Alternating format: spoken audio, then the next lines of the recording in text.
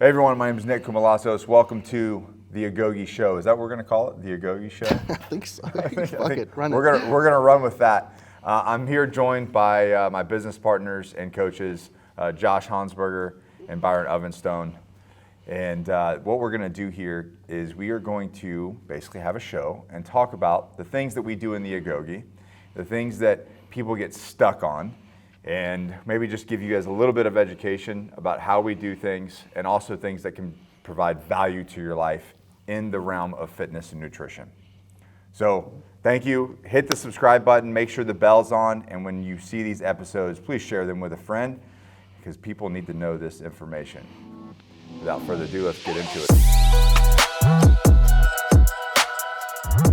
So what we want to talk about today is nutrition fads. Mm-hmm. Fad diets? Fad diets. Sure. And how, I guess I would say it's a marketing ploy. Oh, for sure. Yeah. It's like, hey man, I can help you do this if you follow my 3 rules to dieting, and it's going to be keto or carnivore or some of the above. Have you done a bunch of diets? Yeah. And it's always just calories in versus calories out. Right. Like when you actually simplify it and you cut away all the bullshit, it's eat less, train more, and oh my God, I start looking good. Depending on what your goals are. Yeah. Right. When you get into the finer nuances of certain things, like if you're getting stage ready or show ready, sure, there might be elements to one that benefits you better than others for me. But in the long and the short of it, like 9 times out of 10, hey man, if you're fucking fat, eat less food and you'll be less fat. I've done just about every diet that there is that I can think of. You've definitely circled the wagon. I've definitely, for sure. I've run a science experiment on every single diet to include vegan. Oh my God. The word doesn't exist. Okay. Huh? That word does not exist. Hey man, if you're gonna do it, if you're gonna do it, you feel like you have to you kind of have to experience it to fully know. Well, yeah, and also if you're going to shit talk it, at least try it first. Yeah. So you know what you're What's wild is on the vegan one, so we'll just go down that rabbit hole. Initially, the first little bit of time, it actually did have a benefit. Interesting. Was that after you watched What the Health? No. Was it What the Health? Was that the show? I don't know. It was a Netflix show. No, you know what it is? I was having issues with digesting red meat. Got it. And so I would eat a steak, and it would literally it would just sit in my stomach and rot. Legit rot. And Allie was like, "This is." You smell bad. Something has to give here, and so anyways, I got off of that, and I slowly, kind of kicked out the other stuff, and then I said, "Fuck it, I'm just gonna go all in." What's wild is, initially digestive, first few months was solid.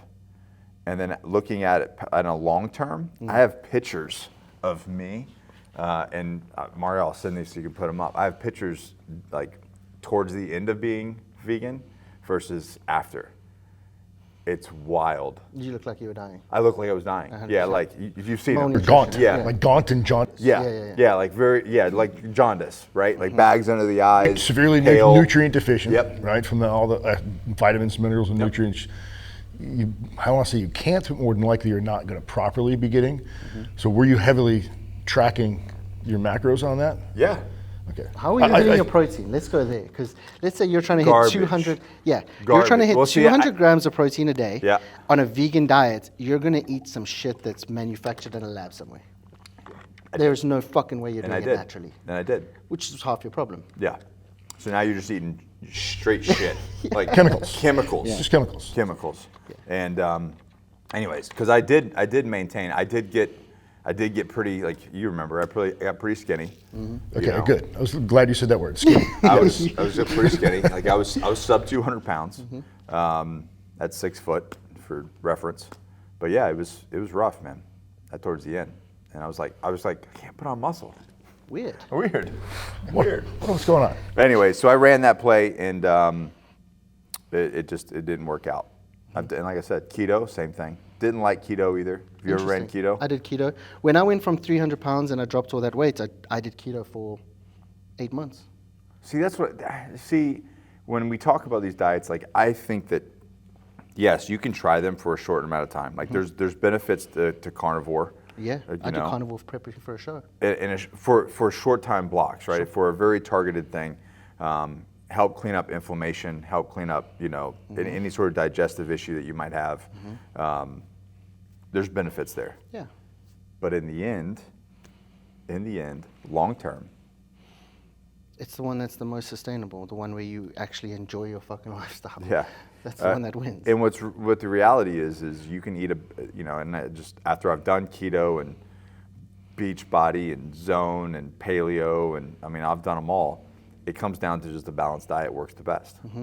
And then understanding the macronutrient level, and that's where I think people just that and the quality of your food as well, like across the board on all of those. So regardless of whichever hot topic you're trying to pick, like the quality of the nutrition of the food, where it's coming from, what it's comprised of, has a huge thing to play in that. Interesting enough, red meat's back in, but it's only completely, for a fact, grass-fed.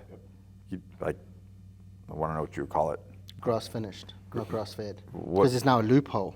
Do you know about this? Yeah. The little cheeky loophole? They feed them a bunch of shit and then they finish grass-finished. Yeah. Yeah. Or they're allowed to have it grass-fed up until a certain point, and then if it's 7 days before they cull it, they can do whatever the fuck they want to it. Punch it with just corn and a whole bunch of other stuff. When I eat if I eat really good clean meat, that's not been pumped full of garbage, and I don't overindulge, no issues whatsoever. Weird how that works. Yeah, no issues whatsoever. Still not on the dairy kick though. Not going to hit that for me personally. Yeah. That's just me though. I could literally drink 10 gallons of milk a day and I'll be solid. I fucking love milk, dude. It's problematic. No. Oh yeah, I live on those Fairlife little protein shakes, the 42 grams protein per one. I like 3 of those a day probably, and then I'll slam milk before I go to bed. I don't give a fuck. So Shit doesn't do nothing to me. iron guts. Yeah, dude. I'm just not me, bro. That would be horrible. But again, that goes back to, and I think that goes back to the balance and finding out what works for you, and really educating on the macronutrient level of what a carb does, what fat does to your body, and what protein does to your body. And then if you don't know how to do it, you work with somebody that understands until you learn how to do it for yourself. Yeah. Because you will have, once you learn that information, it is powerful because of the results that you get in your life. Well, that, and you feel like you're on cloud 9 24/7 because you're eating food that agrees with you and gives you energy. It doesn't take it away. Yeah. Like I know if I eat certain carbs, like we go to the carb thing, if I have white rice, dude, I might as well go to bed because I'm going to be fucking useless in half an hour. Like I just crash. Yeah. But if I eat red skin potato, dude, I'm solid. Yeah. Walking on cloud 9, energy levels through the roof, and we're good. But until you start paying attention to what you're putting in and how you feel after digesting it, you'll never know. And that's what we do at the photo shoot a lot of the times too. I get the guy's food journal. Hey man, find all of the foods that make you feel like you're a 5 and eat more of them.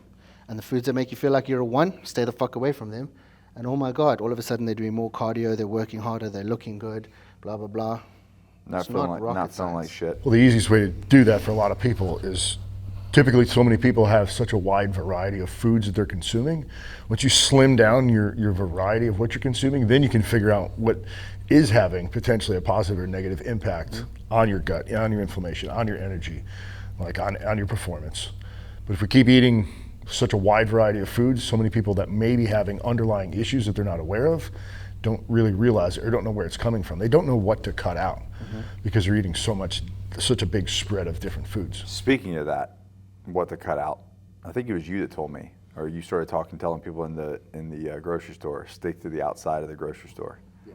Just don't walk up and down the aisles. I know.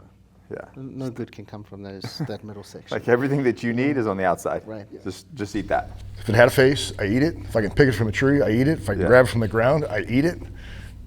Anything that has a single word, I eat it. Other than that, it's probably in a box. It's probably in a can. I mean, just that alone will clear up inflammation. I think there's so many people are inflamed. Will clear up inflammation, reduce like gut bloat and all that kind of stuff, and people start losing weight just by eating a whole food diet. like real single ingredient foods. Yeah. Well, think about this, right? Let's say you have a baked potato. There's only so much baked potato you can eat before you're like, motherfucker, I'm done. Like, I can't eat another bite of potato. Yeah. But put a bowl of cereal in front of you, I will smash that whole box and get another box. And I'll just keep going, dude, because it's manufactured for exactly that, to just keep I love eating. the images of the the calories are not the same. Oh, yeah. Where it's like you have like a McDonald's or Wendy's burger with fries and a drink, and it's like 1,400 calories. But then you do meal prep, and it's like 5 meals Yeah. to get to that many calories. You know, Yeah. and they're like, oh, I can't eat that much, you know, or I don't eat that much. Right. No, you eat plenty, Right. and your body shows. Yeah. Because you do. Don't tell me you're eating 1,500 calories and you're 400 pounds. Something's amiss. Like, Right. It's not glandular fever. Scale's not But properly there's calibrated. things, all that trash is so calorically dense. It's so calorically dense that people don't even realize they're consuming 6,000, 7,000, 8,000 calories a day, and then wonder why they can't do anything. Well, look at how many people just drink sodas and stuff like that, and when you look on the back of how many calories just come from that, they're like, oh, I don't understand why I'm not losing weight. I'm only eating 2,000 calories. Yeah, bro, but what are you drinking? Because those 3 Starbucks lattes that you pick up every day are 900 calories a piece. You're not tracking those. Shock. Losing weight, gaining weight is a simple mathematical problem. Right, calories in, calories out. Like when you want to take it to the grassroots, and there'll be a ton of people who will argue this, and depending I on don't how care how you are. Like, you cute can't this- argue with math. But there's a bunch of them that will argue it because it doesn't serve them from what the fuck they're selling. Like when we start actually peeling back the layers and we just go to the truth and we stop with the dark arts of this fitness space, which is what everyone's into right now, because it pays them. If you take in less calories and you burn more calories, you will start looking better. You'll start feeling better. If you eat more calories and you do less work, But hold on, Byron. you'll feel worse and Hold you'll on. look worse. I am burning more calories than I'm consuming, and I'm not losing weight. It must be my hormones. Yes, or it's the fact that you're wearing an Apple Watch and the Apple Watch is telling you you're burning 5,000 calories in a weight session, which you're fucking not. Because your smartwatch is not that goddamn smart. Like, fuck your Apple Watch. But the reality is, if you're not losing weight and you think you're in a caloric deficit, you're not. Correct. That's it. 100%. You do 20,000 steps a day and you properly track your nutrition, there is no fucking way, not as long as God made little green apples, that you won't see results. Simple. Because, again, it's math. Right. That's it. Yeah. Prove me wrong.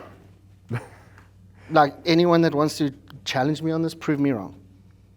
Do it for a month and prove me wrong. Here's where the nuances get, and Josh and I have like tried to publicly talk about this forever. Here's where the nuances get is people think that, well, I'm just going to eat reduced calories and I'm going to lose weight, which is true. Sure. But then when you get to the weight result that you want, you look in the mirror and you go, well, I don't like the way that I look.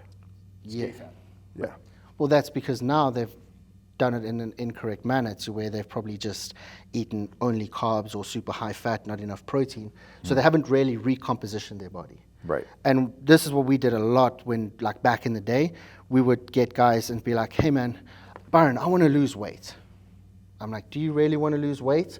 Or do you not respect the guy looking back in the mirror? Yeah. Because if you're 220 pounds at 5'10" and you have abs, are you pissed off? Nope. 10 out of 10 people, no fucking way, I'm stoked. Cool, so you don't have to lose weight, you have to recomposition your body. Yeah. So your training is incorrect and your nutrition's incorrect.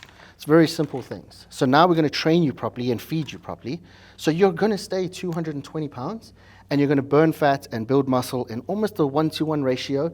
And then when you take your shirt off on the beach, you look like a fucking Adonis, which is really what you're looking for. Right. The number on the scale to most dudes is completely irrelevant. It's just about how you look. Correct.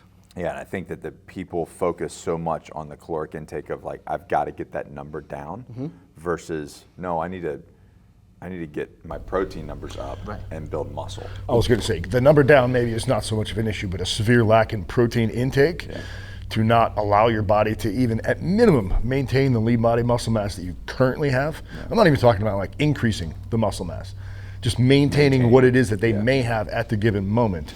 If they're severely like undertaking the amount of protein that they're supposed to be consuming or should be consuming, it's just not going to happen. Well, isn't the average American only eating like 50 grams of protein a So day? we did, it was over 4 years of data of clients in the Agogi. 67 was the average. Shit. That's how much Grown-ass men. That's how much protein my 67. daughter eats, and she's Same 2. with my kid, yeah. She's my, 2. My ice cream at night has 70, I mean, I make it myself, but I mean, it has roughly like 73 grams of protein. Right. Yeah. And my ice cream In in the one evening, In one meal. in like a That's pint. that's my little snack to finish off the day. Yeah. But they wonder why, like, well, how are you guys look the way that you are? It's like, well, I prioritize protein. Yeah. I prioritize protein. I prioritize building muscle over everything else. 100%. And then the rest kind of just takes care of itself, and I can manipulate the numbers. Then you get these dumb fucks who are like, yeah, but I don't want to look like a bodybuilder. Trust me, you're not going to look like a bodybuilder because that shit is hard. That doesn't That shit's fucking hard. I'm trying. I'm fucking trying. It's hard, okay? But over and above that, like the more muscle mass you have on the frame, the more calories you burn just at rest. Yeah. We're burning more calories just sitting here than the average American because we have more muscle mass than the average American. So prioritize your muscle building. Get fucking yoked up. You're not going to look like Arnold because that shit is hard.